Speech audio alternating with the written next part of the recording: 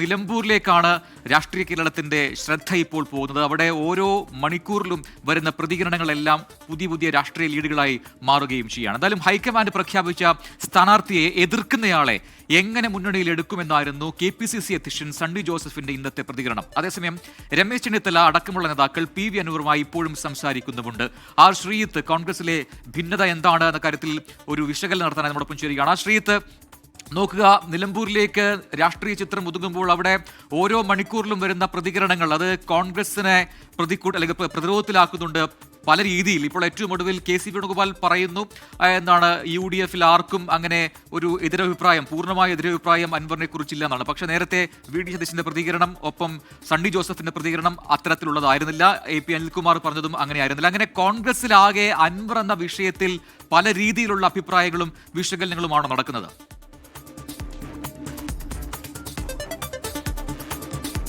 PV അൻവറിന്റെ ചില പ്രതികരണങ്ങളാണ് കോൺഗ്രസിനകത്ത് അദ്ദേഹത്തിനെതിരായ ഒരു സമീപനം സ്വീകരിക്കാൻ നേതാക്കളെ നിർബന്ധിതമാക്കിയത്.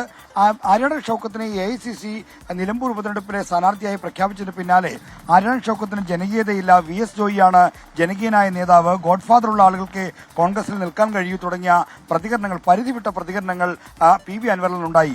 UDFുമായി സഹകരിച്ചു പോകാൻ ആഗ്രഹിക്കുന്ന ഒരു പാർട്ടിയുടെയും പാർട്ടിയുടെ നേതാവിൽ നിന്ന് ഒരിക്കലും ഉണ്ടാകാൻ പാടില്ലാത്ത പ്രതികരണമാണ് ഇത് എന്നാണ് കോൺഗ്രസ് നേതാക്കൾ ചൂണ്ടിക്കാണിക്കുന്നത്. അപ്പോൾ രാഷ്ട്രീയ പക്വത പാലിക്കാതെ നടത്തിയ പ്രതികരണങ്ങളുടെ പേരിലാണ് അൻവർ ഇപ്പോൾ നേരിടുന്ന പ്രതിസന്ധി എന്നാണ് കോൺഗ്രസ് നേതാക്കൾ പറയുന്നത്. ഇവിടെ കെ സുധാകരൻ മാത്രമാണ് അൻവറിനോട് ചേർന്ന് നിൽക്കുന്ന ഒരു സമീപനം സ്വീകരിച്ചത്. ബാക്കി എല്ലാ കോൺഗ്രസ് നേതാക്കളും പ്രതിപക്ഷ നേതാവ് VD സതീശനും KPCC അധ്യക്ഷൻ സണ്ണി ജോസഫും എടുത്ത നിലപാടിനൊപ്പമാണ്, AP അനിൽകുമാറും എടുത്ത നിലപാടിനൊപ്പമാണ്.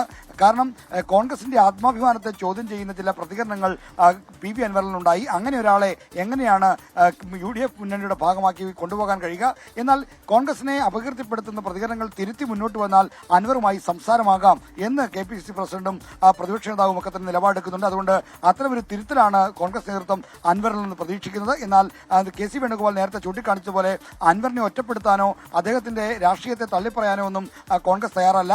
അൻവർ രാജിവെച്ച് ഒഴിവിൽ നടക്കുന്ന തെരഞ്ഞെടുപ്പിൽ അൻവറിന്റെ രാഷ്ട്രീയ ലക്ഷ്യം നിറവേറ്റപ്പെടണമെങ്കിൽ അത് UDFിനൊപ്പം നിൽക്കുന്നതല്ലേ നല്ലത്? അത് മറന്ന് അൻവർ പ്രവർത്തിക്കാമോ എന്ന തരത്തിലുള്ള ചില ചോദ്യങ്ങളും കോൺഗ്രസ് നേതാക്കൾ ഉന്നയിക്കുന്നുണ്ട്.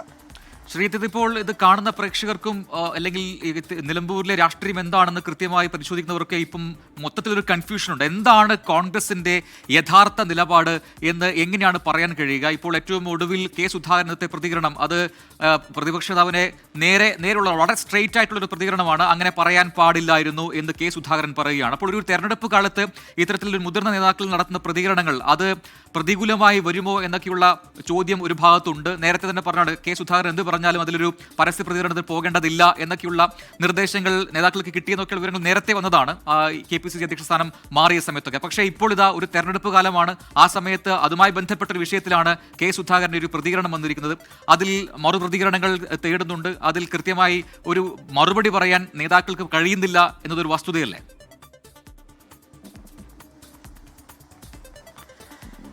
പ്രജിൻ, K സുധാകരൻ ഇക്കാര്യത്തിൽ പൂർണ്ണമായും പാർട്ടി നിലപാട് തള്ളിയിട്ടില്ല. കാരണം അൻവറിന്റെ ഭാഗത്തുനിന്നുണ്ടായ ചില പ്രതികരണങ്ങളെ K സുധാകരൻ വിമർശിക്കുന്നുണ്ട്. അങ്ങനെ പറയാൻ പാടില്ലായിരുന്നു എന്ന് അഭിപ്രായം പ്രകടിപ്പിക്കുന്നുണ്ട്. എന്നാൽ ഒരു തെരഞ്ഞെടുപ്പിന്റെ ഘട്ടത്തിൽ അൻവർ ഉൾപ്പെടെയുള്ള എല്ലാ ആളുകളുടെയും പിന്തുണ വേണം എന്നതാണ് ഈ രമേശ് ചെന്നിത്തലയാണെങ്കിലും K സുധാകരനാണെങ്കിലും ഒക്കെ പ്രകടിപ്പിക്കുന്ന നിലപാട്. എന്നാൽ ഇവിടെ കോൺഗ്രസിലെ ഭൂരിപക്ഷ നേതാക്കളും എത്തിച്ചേർന്നിരിക്കുന്നത് കോൺഗ്രസിന്റെ പ്രഖ്യാപിച്ച സ്ഥാനാർത്ഥിയെ തള്ളിപ്പറയുന്ന, അപകീർത്തിപ്പെടുത്തുന്ന, മുന്നണിയെ തന്നെ ബുദ്ധിമുട്ടിലാക്കുന്ന പ്രതികരണങ്ങൾ നടത്തിയ ആളോട് എങ്ങനെയാണ് സഹകരിച്ചു പോകാൻ കഴിയുക? നേരത്തെ PC ജോർജിനെ UDFിന്റെ ഭാഗമാക്കി നിർത്തിയപ്പോൾ ഉണ്ടായ പ്രശ്നങ്ങൾ ആവർത്തിക്കില്ലേ എന്ന ആശങ്കയാണ് കോൺഗ്രസ് നേതാക്കൾ പ്രകടിപ്പിക്കുന്നത്. എന്നാൽ K സുധാകരൻ നടത്തിയ പ്രതികരണങ്ങളോടൊന്നും അതേ നാണയത്തിൽ ഒരുപക്ഷെ സണ്ണി ജോസഫോ VD സതീശനോ പ്രതികരിക്കാൻ ഇടയില്ല. ഇപ്പോൾ 4 മണി മുതൽ നിലമ്പൂരിലെ വിവിധ പഞ്ചായത്തുകളിൽ ഈ പഞ്ചായത്ത് തല യോഗങ്ങൾ നടക്കുകയാണ്. ഈ യോഗങ്ങളിലെല്ലാം പ്രതിപക്ഷ നേതാവ് VD സതീശനും മറ്റു നേതാക്കളും പങ്കെടുക്കും. KPCCയുടെ വർക്കിംഗ് പ്രസിഡന്റ് PC വിഷ്ണുനാഥ് അടക്കമുള്ള ആളുകൾ നിലമ്പൂരിലേക്ക് എത്തിയിട്ടുണ്ട്. അപ്പോൾ ഇവർക്കെല്ലാം ഇടയിൽ എപ്പോഴും കൂടിയാലോചനകൾ നടക്കുന്നുണ്ട്. രാവിലെ രമേശ് ചെന്നിത്തല അടക്കമുള്ള ആളുകൾ പ്രതിപക്ഷ നേതാവിനോടക്കം സംസാരിച്ച ശേഷമാണ് മാധ്യമങ്ങളെ കണ്ടത്. എന്നാൽ K സുധാകരന്റെ പ്രതികരണം അങ്ങനെയാണെന്ന് കരുതുന്നില്ല.